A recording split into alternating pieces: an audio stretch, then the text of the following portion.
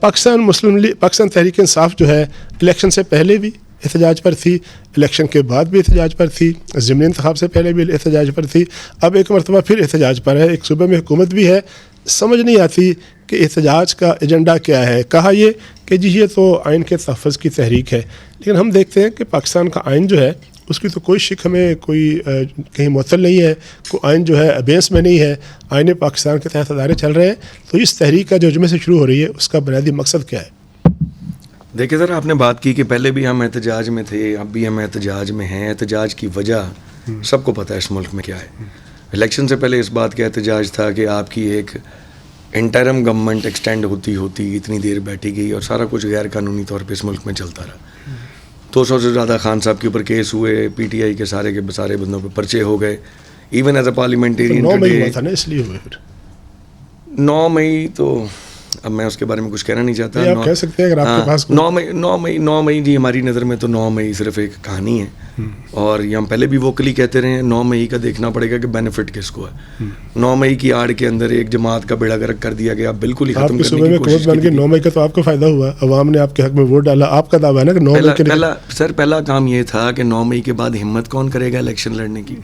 فائدہ تو ہوا جب عوام کے پاس ہم چلے گئے، وہاں تک جانے کی ہمت کتنے لوگوں نے کی؟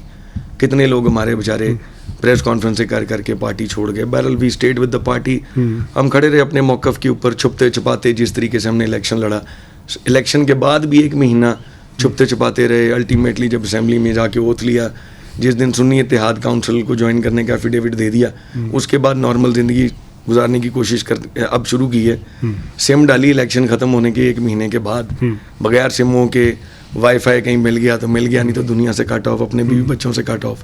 بہرحال دیٹس اے لانگ اسٹوری۔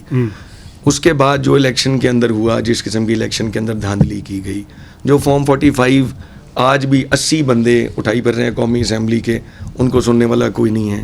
ہمارے 3 MNAs جس میں بلال اجاز بھی ہیں، جس میں فراز نون بھی ہیں، ان کو دیکھیں ریلیف مل گئی پھر عدالتوں سے۔ اگر آپ عدالت میں جائیں گے، پراپر فارم کو ایڈریس کریں گے، دیکھیں نا فارم 45 میرے پاس 10,000 ہوں، میں پریس کانفرنسوں میں لے کے بیٹھا رہوں، میں پراپر فارم میں نہیں جاؤں گا، ریٹیں ہوئی نہیں ہیں جی ہماری، تو اس لیے دیکھیں نا ان کو بلال اجاز کو یہ تو وہ تھے نا جو بالکل ہی بلیٹنٹ کیسز ملا ہے نا عدالت سے۔ یہ فارم 47 میں بھی جو جیتے ہوئے تھے، جن کو بعد میں RO نے آفٹر لوزنگ ہز جورسڈکشن ری کاؤنٹ کروا کے ڈبل سٹیمپنگ کروا کے رہا دیا تھا، ویری فیو کیسز، یہ صرف وہ ہیں جو فارم 47 تک پہنچ گئے تھے، جنہوں نے صدر کو بھی ووٹ ڈال دیا تھا، وزیر اعظم کو بھی ووٹ ڈال دیا تھا۔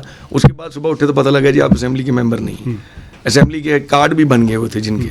جو پیچھے پولنگ ڈے پہ ہوا، پریکٹیکلی جو 9 فروری کو ہوا، وہ تو سارے آج بھی اسی طرح رونے لگے ہوئے۔ ابھی ضمنی الیکشن ہوا مونس علائی صاحب کے حلقے کے اندر، میں گیا تھا کانا میں RO صاحب کے دفتر، شام کو 5 بجے میں بھی وہاں جا کے کھڑا ہوں۔ جتنی پولیس کی ڈپلائمنٹ تھی، وہ 14-15 تو صرف پریزن وینز ہی تھیں، ایک سرٹن پوائنٹ سے آگے ہمیں جانے نہیں دیا۔ ہمارا ایک بندہ، میرے ساتھ ایک ساتھی کھڑا تھا جو کہ خود کینڈیڈیٹ تھا، مجھے پولیس والوں نے کہا جی آپ آگے نہیں جا سکتے۔ میں نے کہا جی ہم انسسٹ ہی نہیں کرتے۔ لوگ تو یہ کہتے ہیں کہ آپ کا تو ایجنڈا صرف ایک ہے، نہ آپ ترقی کی بات کرتے ہیں نہ ویلفیئر کی بات۔ آپ کہتے ہیں ہم نے بانی ترقی کی بات کر لیں، ترقی کی بات ہے پنجاب کے اندر گندم کی بات کر لیں، اس پہ میں بات کروں گا، سوال کروں گا آپ سے باقاعدہ، لیکن یہ اس کا احتجاج کا بتا دیں کہ جمعے کا احتجاج جو ہے اس کا ایجنڈا کیا ہے؟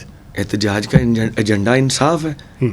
ہمارے جو سیٹیں پارلیمنٹ میں سے کھائی گئی ہیں وہ ہمیں دی جائیں، ہمارے سے بات کرنے کو تیار ہیں، بالکل کریں گے، لیکن ہماری جو نیچرل اسٹرینتھ ہے، یہ جو انصاف ہے آپ مانگ رہے ہیں عدالت سے نہیں بلکہ سڑک پر آ کے مانگ رہے ہیں، ہم عدالت سے بھی مانگ رہے ہیں۔ ٹھیک